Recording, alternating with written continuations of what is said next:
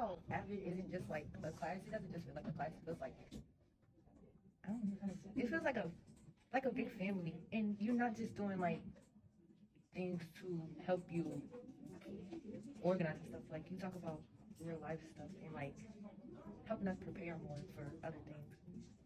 I will definitely expound on in my educational memoir, which I'm gonna be honest with you, I don't know the release date because it's gonna take a lot more than I thought to write it and a lot more research.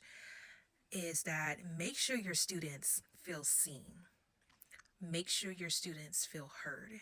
And what I liked about what that young lady said is she was referring to the course, but let's be honest, it was me.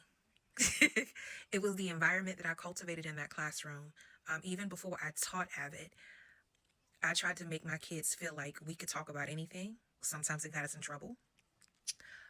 Nevertheless, I was willing to sometimes go against status quo and go against things that seemed outside of the line to connect with my students.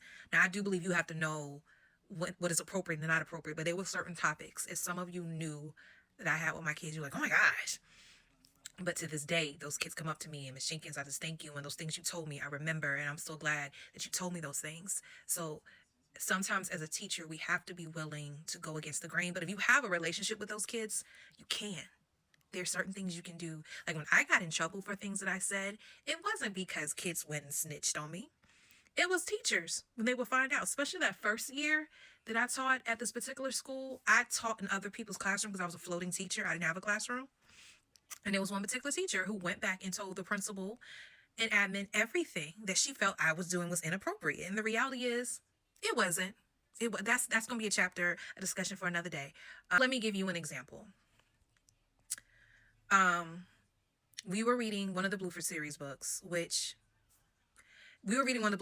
and there's a particular book where Hakeem was with this girl, and the way he sat behind her and kind of cradled her in the guitar while teaching her how to play the guitar, one of my students blurts out, I think they're having sex. This is 8th grade. So the comment that came out of the teacher's mouth is, I wouldn't have that discussion with the students. What discussion we had was, well, why do you think Hakeem is having sex with this young lady? That's a character analysis. We weren't talking about sex. We were talking about why he made that assumption based on how like a man or a boy can't be tight with a girl or be close with a girl without having that conversation. But I'm definitely going to be talking about this and many others in my upcoming educational memoir, which I'm going to give it the release date of 2026 because I have a lot to share.